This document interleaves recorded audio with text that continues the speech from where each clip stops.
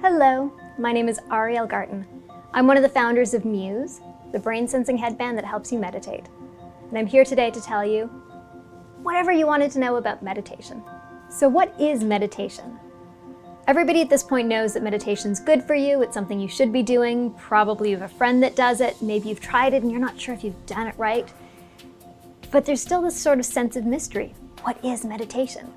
Well, we're here to demystify that today. Meditation is not some weird woo-woo thing. The most common definition of meditation is a practice or a training that leads to healthy and positive mind states. That's it.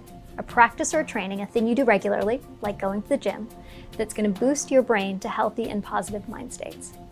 There are many different forms of meditation that you may have heard of. Walking meditation, Zen meditation, mantra-based meditation, focused attention. We're going to dive into focused attention meditation a little bit because that tends to be the first one that people learn. So in a focused attention meditation, what you're doing is you're putting your attention on a neutral object. That can be your breath or a candle or a word in the case of a mantra. And when your mind begins to wander away from that neutral object, you then notice that your mind has wandered, and you make a choice, instead of following your wandering thought, to bring it back to the object of your attention.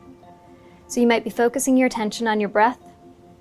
Pretty quickly, your mind begins to wander away. You say, hey, that's my wandering mind. You notice it, and you return it to your breath. Keep your attention on your breath. Your mind begins to wander away again, as all our minds do, and then you gently return it back to the present moment. Now, this might seem like a very simple action, and you're like, what's all this fuss about? Why is everybody meditating if that's all you're doing? Well, it turns out this very simple action has some pretty powerful and profound impacts in your life. So now most of us just kind of go through our life on autopilot. Your brain is just thinking itself. You've got a bunch of content in your mind and you're like, oh, I guess it's supposed to be in there. I guess this is what I'm supposed to be thinking about. Well, once you actually put your attention on something, recognize that your mind wanders, and then make a choice not to follow that wandering thought, make the choice to come back to something else, you've just done something really magical. Well, not actually magical because it's real and you had a choice over it. What you just did was you changed the relationship to your thoughts. You made a choice to say, nope, my brain's not going over there, it's going over here. And once you do that, you can gain control over your own thinking. So for a lot of us, those thoughts tend to be repetitive, negative, not particularly useful. When you're able to say, hey, I don't want to follow that thought, I want to come back to something I care about, we can take our mind off of things that are negative, stressful, frustrating, and not useful to us. When we come back to this neutral thing, we're also now strengthening our attention, our ability to attend in the present moment, the here and the now. When we're thinking, we tend to be going into not always the greatest places. When we're in the here and now, we're present to our lives and we're present to the world. Now, once you take your mind off of those negative wandering thoughts and recognize that you can have control over them, you may also begin to recognize some other fascinating things, like you are not your thoughts. You are not simply the sum total of the narratives that you tell yourself.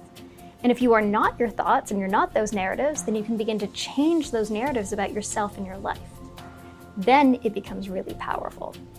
So this is why this very simple practice of meditation can become a powerful tool in your life to improve your attention, to help reduce your relationship to stressful and anxious thoughts, and to also actually start to help your mind and your body engage in new and very positive ways.